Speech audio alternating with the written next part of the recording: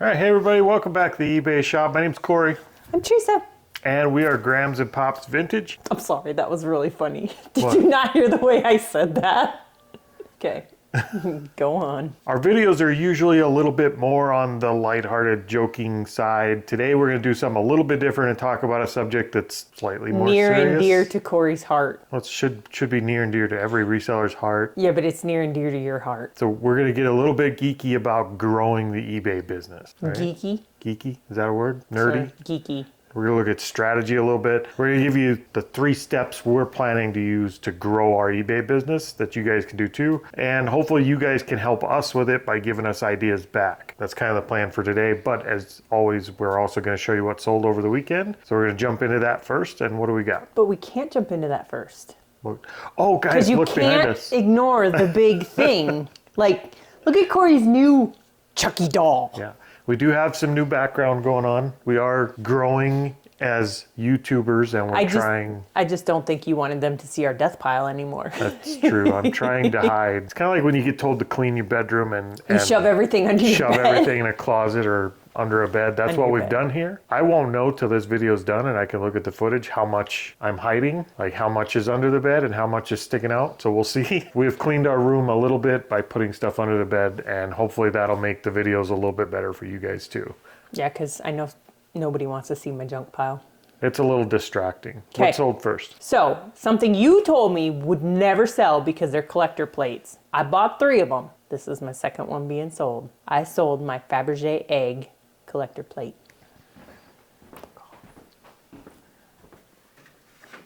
That one right there. All right, so looks like that. Yep. And it's got words on the back. Paid $6 for all 3 of them. And we have 3 of them. This is the second one sold. And what'd that sell for? $22.99. There you go. I'm not eating my words. I still don't want to buy plates, like ever. Yeah, but those ones sold. So you did good on these, but I think you got lucky.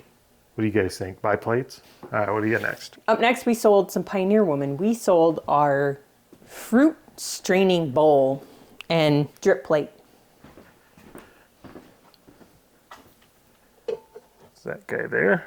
So we basically got a strainer and a plate that it sits on. Yep. And that's a fruit strainer? Yep. Or a ramen noodle strainer? It's a berry bowl. That's a ramen noodle strainer. No, because you put your berries in there and then they drip off the last little bit after you wash them into the drip plate. I'd use it as a ramen noodle strainer. That's the perfect size. No. All right. So how much did that sell for? $18. That was in our storage unit. Okay, let's grab one more. Some Ever After High shoes.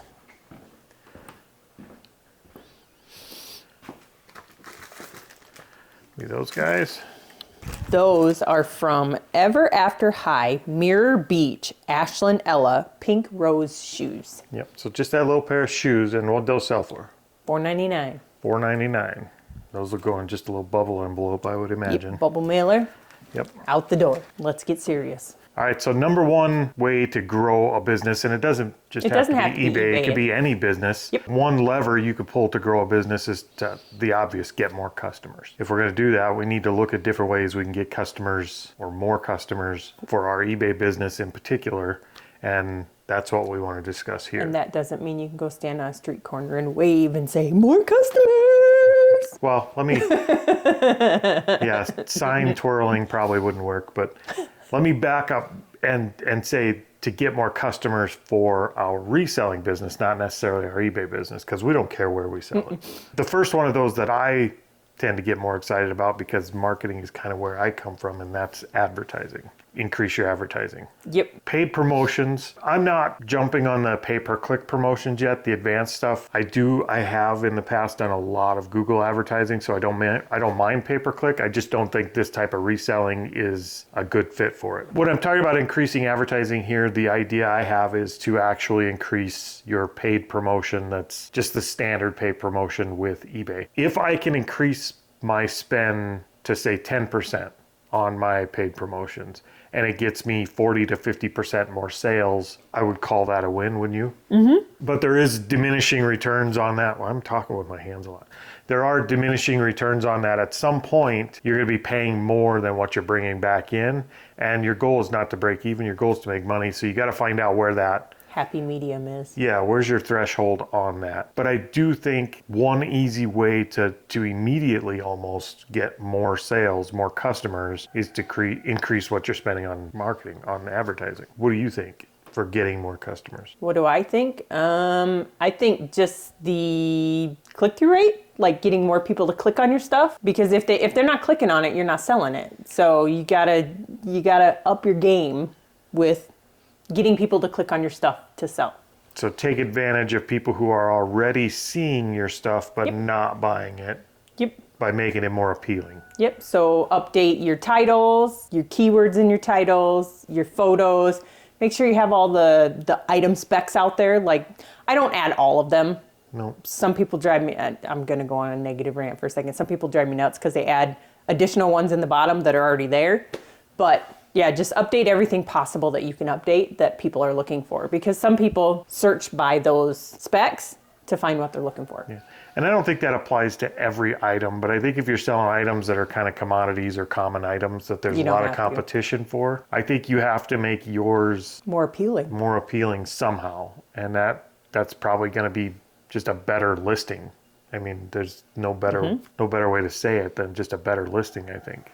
Yep. Another idea would be to get more customers would just be to cross list on more platforms and show your product to more people. Which we've talked about. Yeah. We have not implemented. We have, well, we kind of have, because we We sell do on some. Etsy. We have a Mercari account. We have a Poshmark account. I don't know if I'm really into the Poshmark one, though, because I'm not interested in sharing my stuff and doing all the social media crap with that. With cross listing, I think you have to weigh the pros and cons like with anything. If you spend 4 hours a week cross posting, could you have made more money Listing putting more that on one. putting that money right back on eBay where you have 80% of your sales or 90%. So you've got to do kind of an analysis on that and see where that is for you. Yes, you could probably get some more customers that way, but could you have just gotten more customers by listing more on eBay? I don't know. And that's probably where the second part of this 3-part growth plan to get more out of your reselling business comes into play, and that is to analyze your ideas. So we've got increasing advertising, we've got cross-listing, and we've got make better listings to improve your click-through rate. Now you, as the business owner, have to decide which one of those is going to give you, important. well, not the most important, but which one is going to be the quickest to implement for the biggest return. Yep. Which one do you think you can do to make the most difference in your business right now? And you got to pick that one thing out of those ideas and run with it and get that one done. And don't worry about the other ones. You can make this list all over again next month and do the same thing. Yep. Or next Keep quarter. keep your list and just do one at a time. Do this one, and then do this one, and then do this one. And then after your do one a month or whatever, and then go back and review it. I would recommend doing one per quarter. Do this exercise every quarter for your business. And I think you're going to come up with new ideas just naturally because you've been in business longer, you're seeing more things. And I think you'll come up with more ideas every quarter that you can add to that list. And then just do the same thing. Always pick the most important, now I'm saying it. Always pick the one that you can implement the fastest and easiest for the biggest reward. Yep. And run with that. If you're doing that quarter after quarter in all 3 of these areas we're going to talk about, You're going to be rolling in the dough. yeah, you're not going to be, no. You will consistently grow your business. There's almost no way you can't consistently grow your business if you're doing that in all 3 of these categories every quarter. Yep. Okay, let's stop serious talk. Let's talk about some of the good stuff we sold. All right, so speaking of growing your eBay business, Yep. let's talk about some more of the stuff sold over the weekend here. What else do we got? This first one ain't gonna grow us very big, but we sold a mini Chloe flashback thing. Brats.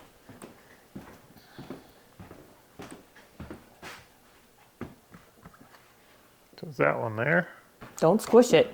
Those are collectibles. Just tiny little Bratz doll. I remember buying these at that lady's house that talked to us forever. From Greece. Teeny tiny little Bratz doll. And that sold for how much? We have a whopping 25 cents in it, and it sold for $4. So we'll take it. Super easy to ship. Kind of cool. I paid for all of them within the first sale. Okay, you might not want to take your camera with you. I don't know how you're going to do it. but we have a repeat buyer that came back and ordered an entire case of our 1988 Topps football cards. Oh, let me grab it. Don't have a hernia. All right, so we're gonna send out one of these. And I'm gonna put that down. We made a deal on it. Those are super light. I can't wait to ship that. Well, it's easy because we're not taking them out of the box. Nope. We're just going to wrap it in paper and wrap it in tape so nobody knows what's in it. Yep, we're gonna cover it and stick it in UPS pickup, and away it goes. That's all it's getting done to it. So, Would you like to know how much we sold them for? how much do we sell that case for? We sold them each for $135 for a whopping total of $2,160. That, I think, is our highest single order. Yep. So when she says we sold them each for 135, there's 16 boxes of cards in that case. 24 Yep. packs of cards in each one. Yay for cards, and we got a whole case of them going out at once. We don't have to pack it; it's already packed. We just got to cover it and stick a label on it. Okay. The next one, I'm breathing hard. I'll have you go get, and then I'll tell you about it. We sold a Free Birdies Peony Flower Cloud Pajamas.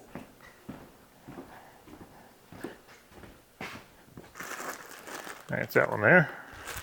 All right, so we got these pajamas. They're baby pajamas. Yep, they're made of bamboo. They're bamboo fabric, so they're a popular one right now. They're super soft. But this is a viewer sale. This is a special viewer sale. Yep, this one. This one is going out to my grandbaby and her mama. Her mama should have just called, and we would have just sent the pajamas over. She didn't have to buy from our store, but she wanted to support a small business. She's a small business owner. So we appreciate it, but you're grounded. Don't do that again. Just call. I can't wait to see the grandbaby in them. She's gonna be so cute. So those sold for $19.99. There you go, baby pajamas. Yep. Bamboo baby pajamas. Yeah, if you find bamboo baby pajamas, they usually, I mean, we've had ours on there for a little while, but it's not like, I think if you were to sell them on like Poshmark, I they think would sell really fast. Sell better on other platforms. I think there's a kid clothes platform out there. I don't know. I'm not interested in Somebody that. knows what it is. Kitizen, something like that. I've heard. Kitties. I don't know what it is. Yeah. Let us know if you know what the kids clothing platform is. I think stuff like that would sell really well on there, but it did sell even on eBay, which To our daughter. speaks volumes. So I guess. Let's talk about the next way you can grow your business. All right. The second piece of our strategy plan to grow our business is to figure out how to make more money per customer. Yep. Rather than try and get new customers all the time, which costs money. If you can figure out how to take the customers you already have or the customers you're already getting on a daily basis and get more money from each of those customers, or as many of them as possible, then you're going to make more profit at the end of the day. So we're trying to come up with ideas on how to get more money from each of the customers. And the first idea would be what? List higher priced items. That's hard for me because I like the little things. Not all little things are worth a lot of money, but list higher price items. Yeah, list higher price items. It's just source better, more expensive items. But there is a solution to liking those small items. Yep. Those little lower dollar items. And we've talked about it before, and that's just bundle lower priced items. Try not to sell a single $8 G.I. Joe, stick it in a bucket and wait till you get 10 of them and sell 2 bundles of 5 for $40. Bundle up those lower priced items, and that way when you make the one sale, it's a $40 sale and not an $8 sale. That would be 2 ways that you could potentially get more money per customer.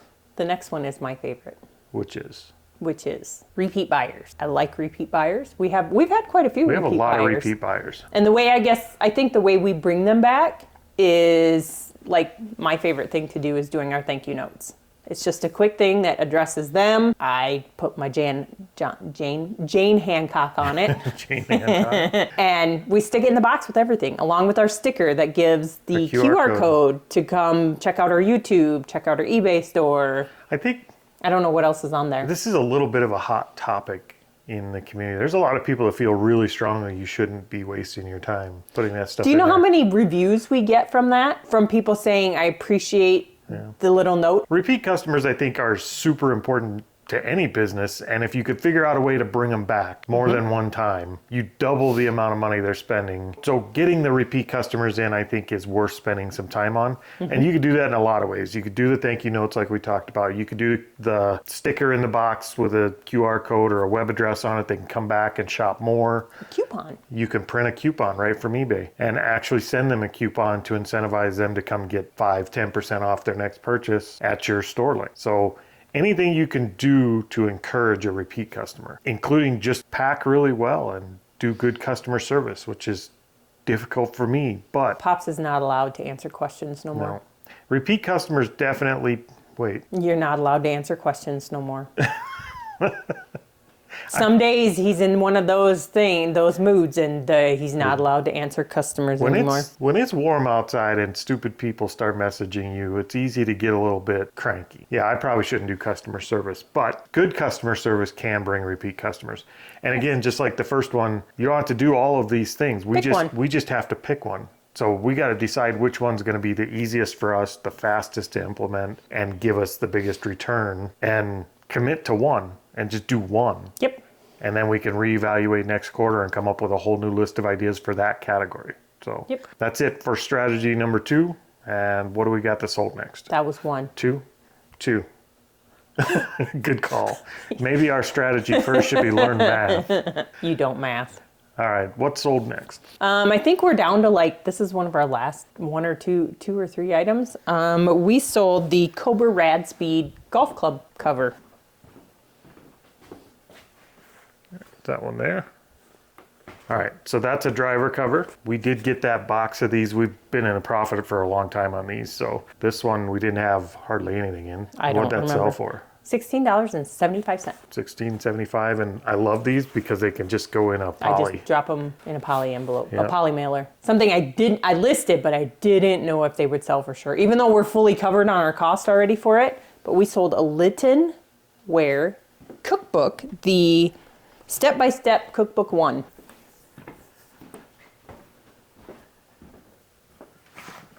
All right, that guy there. So we got a whole box of these. Careful, because there's a piece in there. You're going to make it fall out. I see it. We got a whole box of these with our Lytton Ware dishes. And what did that sell for? $12.50. So between the first 2 items, that and the first item we sold, the box is covered. Yeah, but looking at these now in hindsight, it may have been better to take that first dish and pair it up with the cookbook. Well, maybe, but We would have got more money per customer. something that we've had for a while. We bought it last summer when we went on our garage sales, our citywide in Mitchell. We sold a KISS t-shirt. That's that one there. All right, so I won't take that out of the bag, but I will put a picture up. We've had this for a while. We are so far in the profit on these KISS shirts. We bought a whole bundle of KISS t-shirts. Yep. All vintage. Yep. All but a couple of them were actually single stitch. Yep. And we have 1 left. Yeah, one left after this, I think. Yep. So that one sold for how much? $55. $55. 55. So there you go. It's a good sale. Okay, now.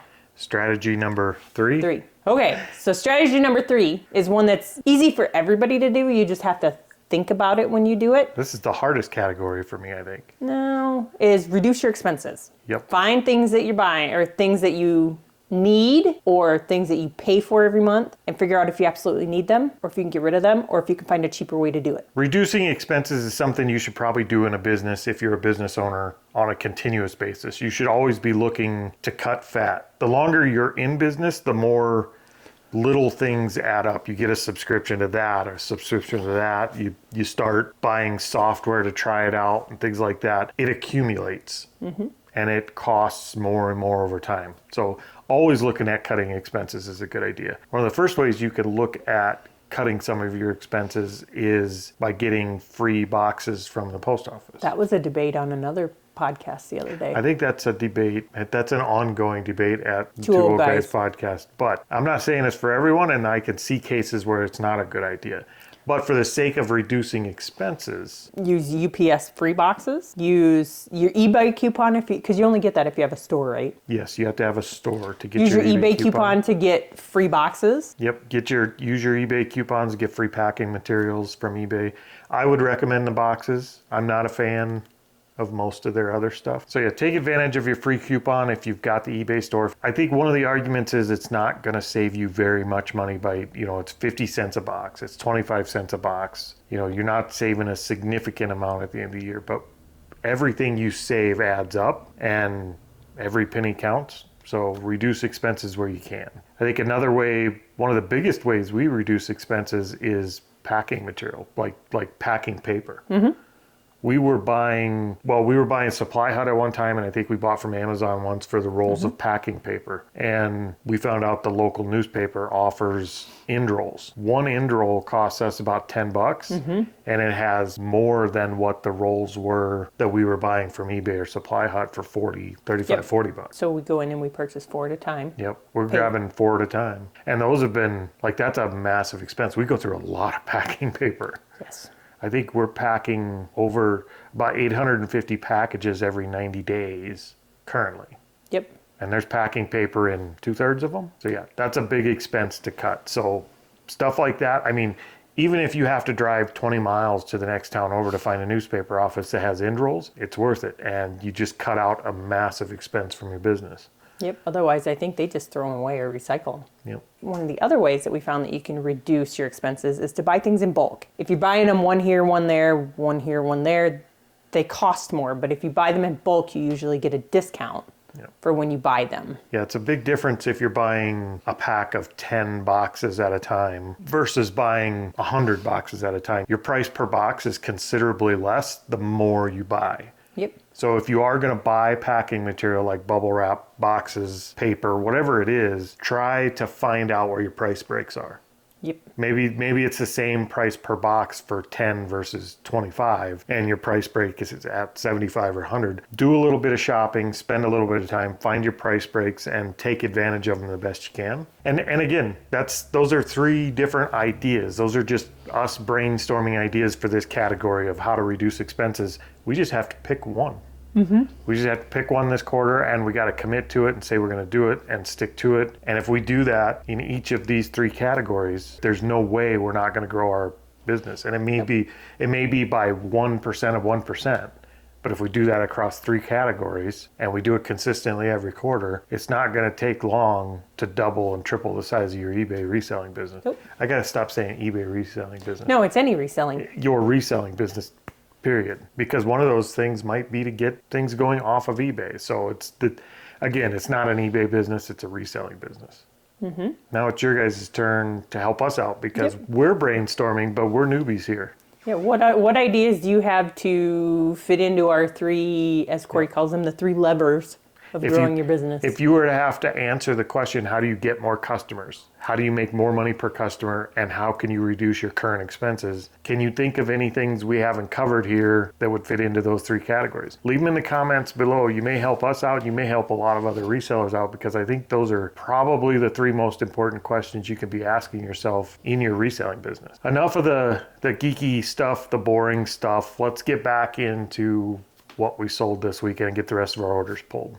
Okay. We sold one of my little things. We sold Littlest Pet Shop, Pizza Bulldog dog. Pizza Bulldog. All right. It's that guy there.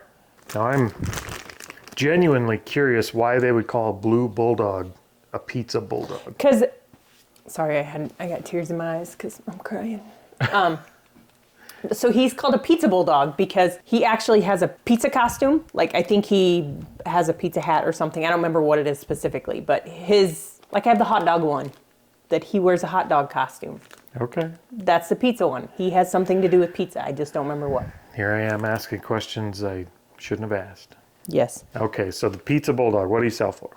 $6.99. Yay for Littlest Pet Shop. I'm getting ready to spam our eBay store with a whole bunch more Littlest Pet Shops too. Check them out. All right, what do you got next? We sold your boom box, your Panasonic Ambience cassette player boom box.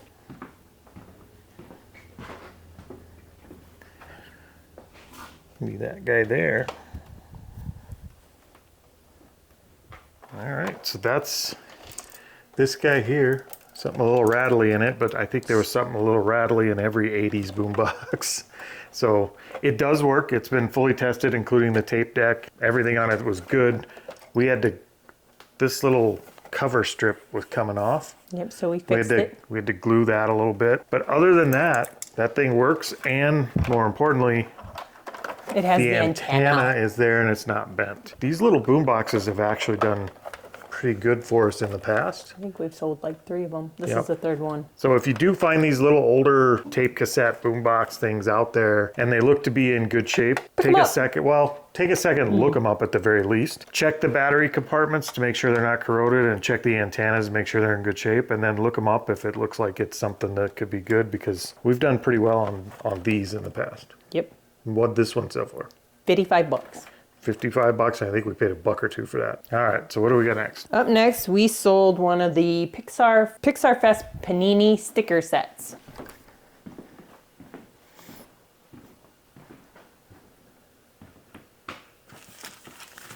All right, is that guy there? Okay, so these things have been amazing for us. We picked up a whole box of these, and there was one for cars, and there was one for basketball and Spider-Man. And there was some doubles. I think there were 7 or 8 of these ones. These ones turned out to be actually pretty rare, and there were none for sale in the US. And the ones that had sold in the US prior were selling for $50. So we listed these, I think we got $1 a piece in them. And we listed these for $50 a piece. And this is the 3rd one that we've sold, 3rd or 4th. And that sold for how much? $49.99. $49.99. That's it. That's all I got. Couple more housekeeping items here to clean up at the end. One, we were on a podcast recently. We were on the Reseller Clickbait podcast because we are their official sponsors. It was pretty cheap to be a sponsor. Yeah, they're not paying us very much for it, but they are paying us, and They're paying us in friendship. we get to be the sponsor for the podcast, and that meant we got some airtime out of it. So we took advantage of that, and we took over a podcast. So be sure to go over there to the Reseller Clickbait podcast and check out the latest episode. It was a pretty fun episode. All right, so that pretty much wraps things up. Sorry for the more dry content today. It's just something that I'm passionate about, is growing the business. And it was something interesting that I think I had to get a video out for, just to help get ideas from you guys. I'm really interested in your thoughts on these 3 categories. If you have any ideas as far as how to grow each one of those 3 categories, I think we can all help each other out here. So if you've got anything, make sure you leave it in the comments below, and we will see you guys next week. Hasta la vista, baby.